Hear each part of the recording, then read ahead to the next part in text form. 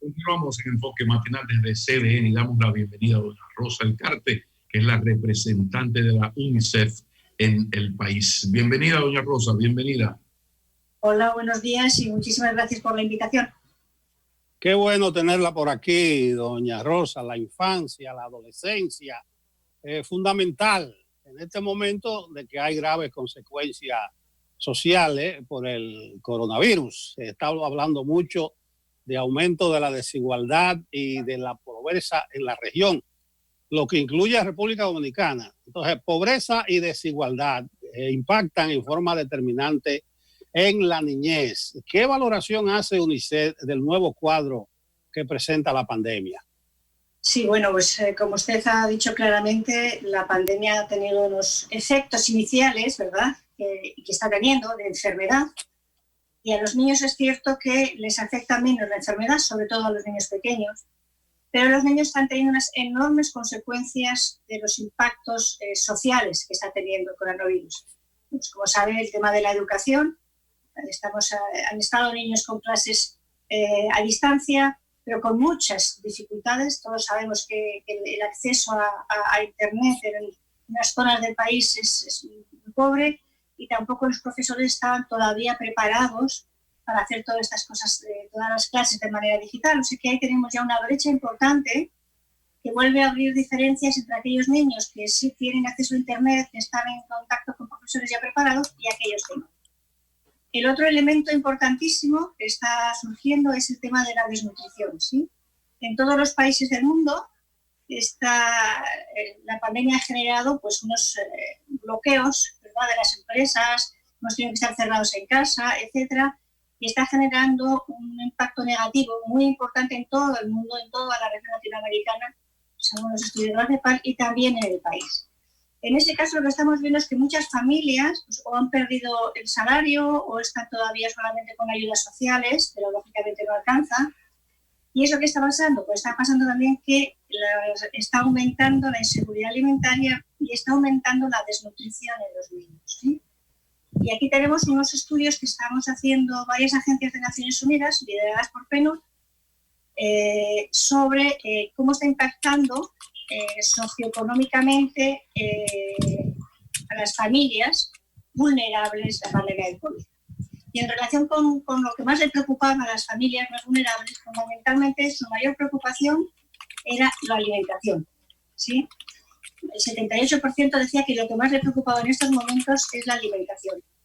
En esas encuestas, el 57,2% de la población ya vulnerable, porque el estudio se ha hecho solo en población vulnerable, el 40% más pobre del país, ya decían que o habían tenido que saltarse una comida o habían disminuido la cantidad que ponían en las comidas o que incluso no habían comido nada el día anterior.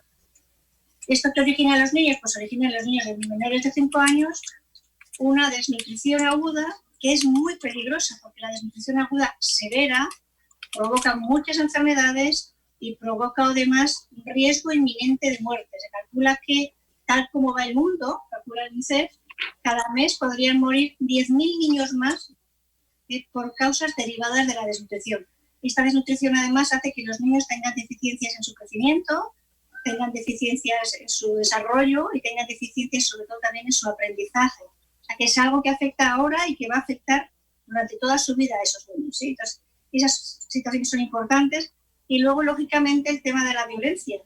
También hemos comprobado, todavía tenemos cifras en el país, pero sí en el resto del mundo, que al estar los niños cerrados en casa sufren condiciones de estrés psicológico, igual que los adultos, pero además los padres, al estar también encerrados, se ponen más nerviosos y acaban sufriendo tanto violencia física en estos niños y también la violencia sexual, que también aumenta, ¿sí? Doña Rosa, la situación de la infancia ya era dramática antes del COVID y hemos hablado en el pasado de esa lamentable realidad latinoamericana, centroamericana, caribeña, dominicana. Ahora, con el COVID, ¿cómo valora usted las acciones, las políticas, lo que se ha hecho desde el Estado para proteger la infancia? Mire, ha habido varias medidas, por ejemplo, en relación con la desnutrición, hay medidas que afectan directamente. Por ejemplo, una de las recomendaciones que se hace es que se mantengan los comedores escolares aunque las escuelas estuvieran cerradas. Y eso se hizo. Ojalá se hubiera podido hacer también durante el periodo de vacaciones, ¿verdad? Porque lo importante es que por lo menos tengan esos comedores escolares, esas familias vulnerables, ¿verdad? El otro elemento es el aumentar y expandir los programas de protección social, que también los ha hecho el gobierno, ¿verdad? Pero hay que ver hasta cuándo se van a poder extender, porque los efectos económicos van a ser muy largos, ¿verdad? Y si estas ayudas sociales acaban en agosto, pues sería terrible, ¿verdad? Sería terrible porque aumentarían la desnutrición de una manera brutal, ¿verdad? Se ha hecho alguna medida más con relación a la violencia, se han hecho muchísimas campañas, hemos hecho nosotros como UNICEF muchísimas campañas de cómo estar en cuarentena, tratando a los niños, etcétera. Pero uno de los elementos diferenciados clarísimamente es lo que comentaba, el tema de la desnutrición, que ahí sí estábamos bien. Antes de la pandemia teníamos unas cifras de desnutrición crónica que era de las más bajas de Latinoamérica, y eso es muy, muy, muy interesante, porque en general, como dices, tenemos cifras malas en muchas cosas, ¿verdad? En desnutrición teníamos unas buenas cifras, y además había ese suplemento de alimentos con chispitas que se entregaban también entre protección social y PMA en las unidades de salud, que ahora hay algunas familias que tampoco la están recibiendo porque no van a las unidades de salud por miedo al contagio. Entonces, eso que hacíamos antes estaba muy bien y dio buenos resultados. Ahora estamos en unas circunstancias totalmente diferentes, y hay una reducción de la situación económica, una reducción de los salarios en las familias, personas que han perdido su trabajo. El acceso a las comidas es menor, hay una mayor inseguridad alimentaria, ¿sí? Y por lo tanto hay que tomar medidas extraordinarias como la que estamos planteando UNICEF, que vamos a empezar las próximas semanas con el Ministerio de Salud, el SNS y varias ONGs, un programa de detección temprana y tratamiento comunitario de la desnutrición aguda en menores de 5 años, mujeres embarazadas y lactantes. Esperamos alcanzar al menos 20.000 niños. Doña Rosa, al inicio de la pandemia, UNICEF comenzó una campaña de educación a los padres y a los propios niños sobre lo que es el coronavirus. Le pregunto, ahora que hay un rebrote peligroso de la pandemia, ¿han seguido ustedes orientando al respecto o hay planes extraordinarios? Sí, mira, hemos estado sin cesar, hemos hecho cápsulas educativas prácticamente una cada día durante los últimos 2 meses y medio. Hacemos muchísimo trabajo en redes sociales, muchísimo, pero vamos a empezar una nueva campaña más agresiva hacia mediados de junio, de agosto, la estamos preparando ahora, pero vamos a hacer una campaña mucho más agresiva, con mensajes mucho más agresivos, porque en este momento es la población joven la que no está siguiendo las normas para hacer la prevención del COVID, una población joven que se cree que a ellos no les va a pasar nada, y efectivamente a veces les pasa poco, pero cuando esas personas llegan a casa, que después de que han estado de juerga en los colmados, bebiendo, etcétera, se han podido juntar con personas que tienen COVID, y cuando llegan a casa son sus padres o son sus abuelos quienes se enferman y mueren. Entonces es una campaña que va dirigida a toda la población, pero fundamentalmente a esa población más joven que siente que esto se ha acabado porque ya no hay normas increíbles, aunque sigue habiendo toque de queda, que se saltan el toque de queda, que se saltan todas las normas que están poniendo las autoridades, y que al final lo que están consiguiendo es que sus mayores acaben falleciendo. Pero como en 2 semanas reiniciamos nuestra campaña muy fuerte.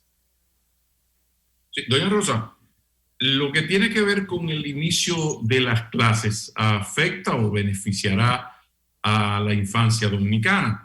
¿Qué posición? Ya conocemos el Ministerio de Educación actual, el entrante, la ADP. ¿Qué posición tiene la UNICEF en lo que tiene que ver con el inicio, sí o no, lo virtual o presencial? ¿Cuál es la posición de la UNICEF en este tema tan fundamental? Bueno, UNICEF promueve que los niños tienen que aprender. Eso es fundamental. El aprendizaje no está discutido. Los niños tienen que aprender. Podemos discutir cómo pueden aprender, ¿verdad? El hecho de que haya total virtualidad, como se ha hecho en los últimos meses, para hacer eso, y tuvimos ya una conversación como IDEC con el futuro ministro de Educación, necesitamos un gran esfuerzo del ministerio en formar a los profesores para que puedan hacer unas buenas clases a distancia, y en también sobre todo asegurar las condiciones de bioseguridad de las escuelas, ¿sí? Como digo, trabajamos con el Ministerio de Interior y estamos trabajando ya en determinadas conversaciones con el Ministerio de Educación, con el nuevo Ministro de Educación, pero efectivamente lo que no está en discusión es que los niños tienen que volver a empezar a estudiar en agosto.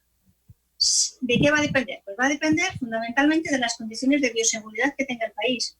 Y no solamente el país, sino en determinadas zonas. Lo que está pasando en otros países del mundo es que tal vez, supongamos, se abren las clases en todo el país de manera semipresencial, pero en Santo Domingo no se abren porque tiene una tasa de contagios muy elevada, ¿sí?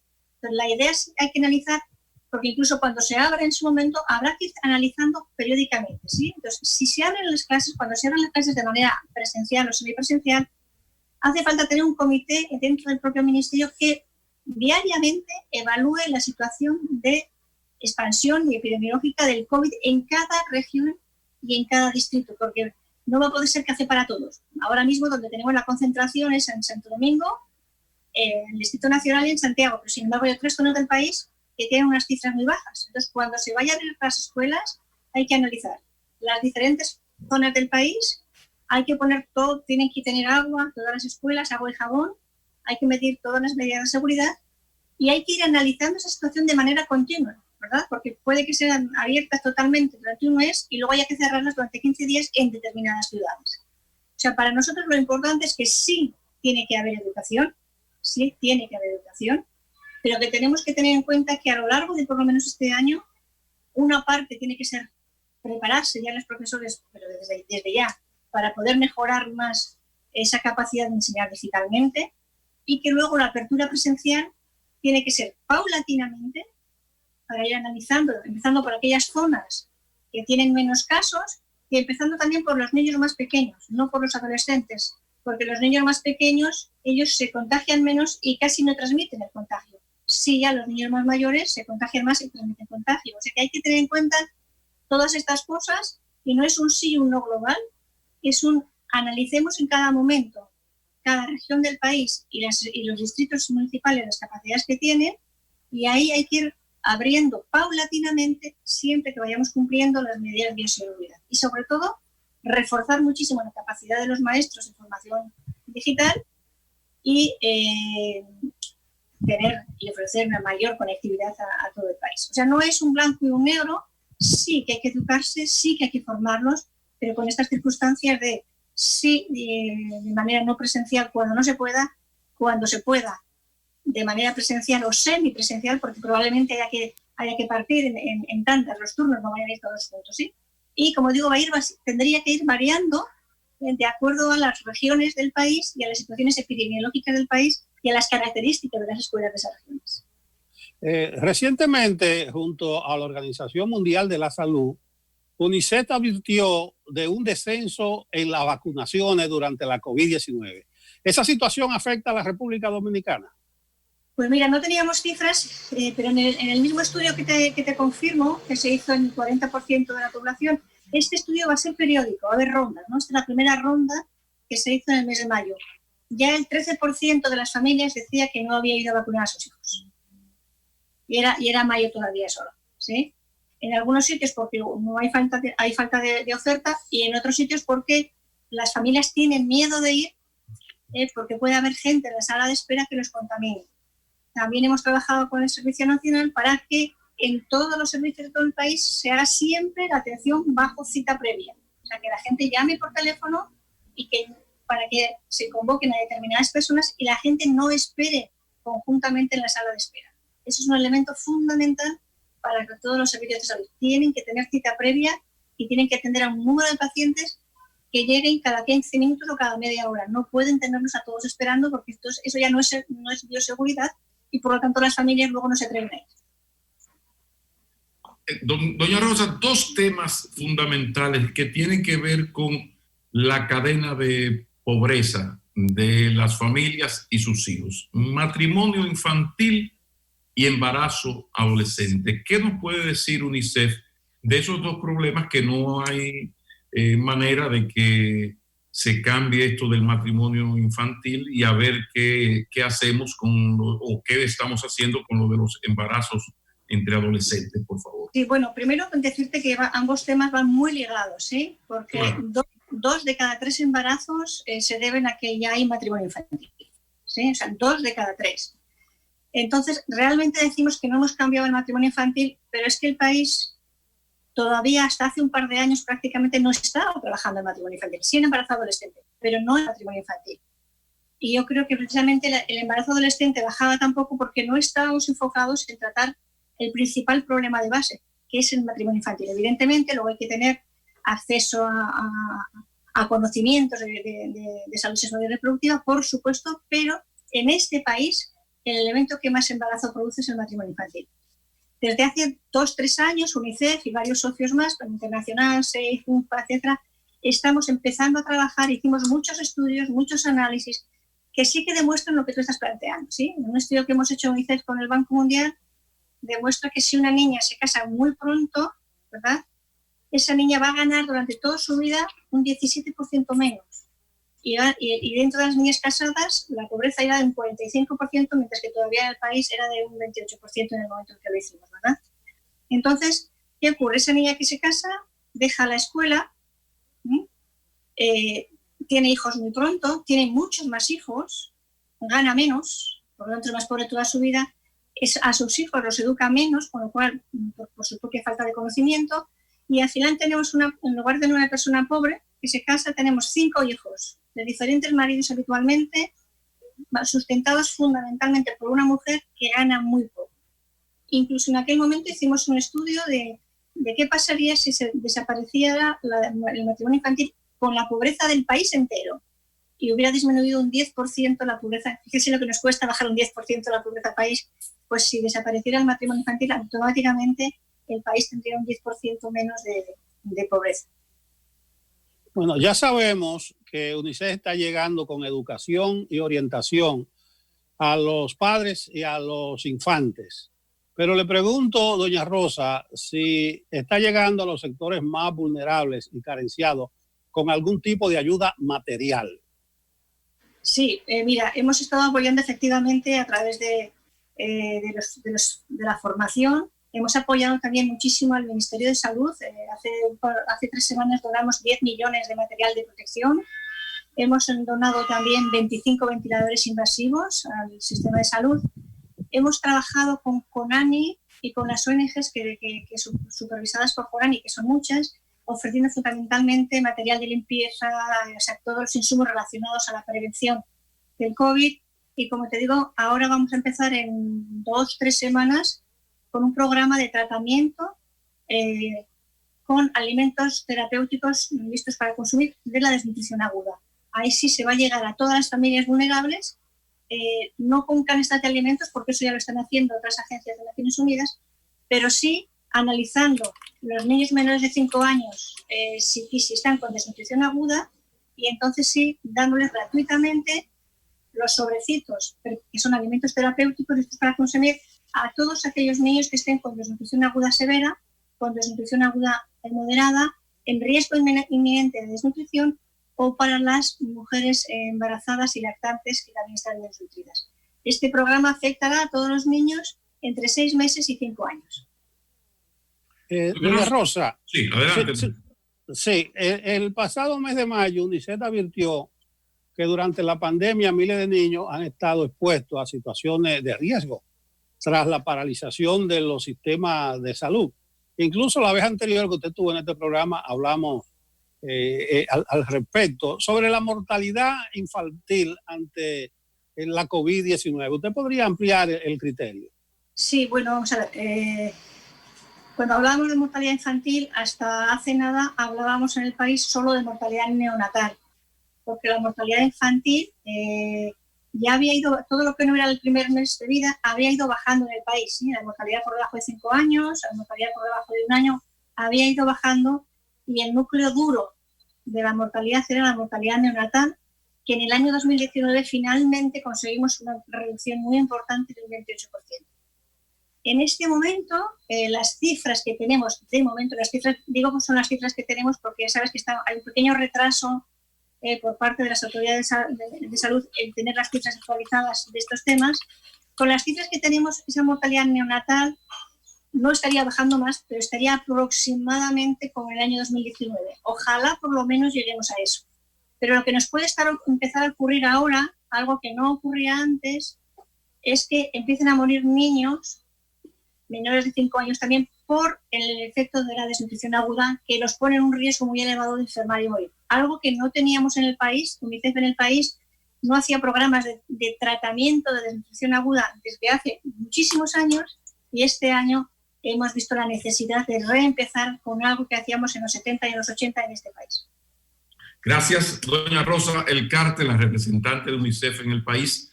Muchísimas gracias. Si tiene algo más que añadir, por favor.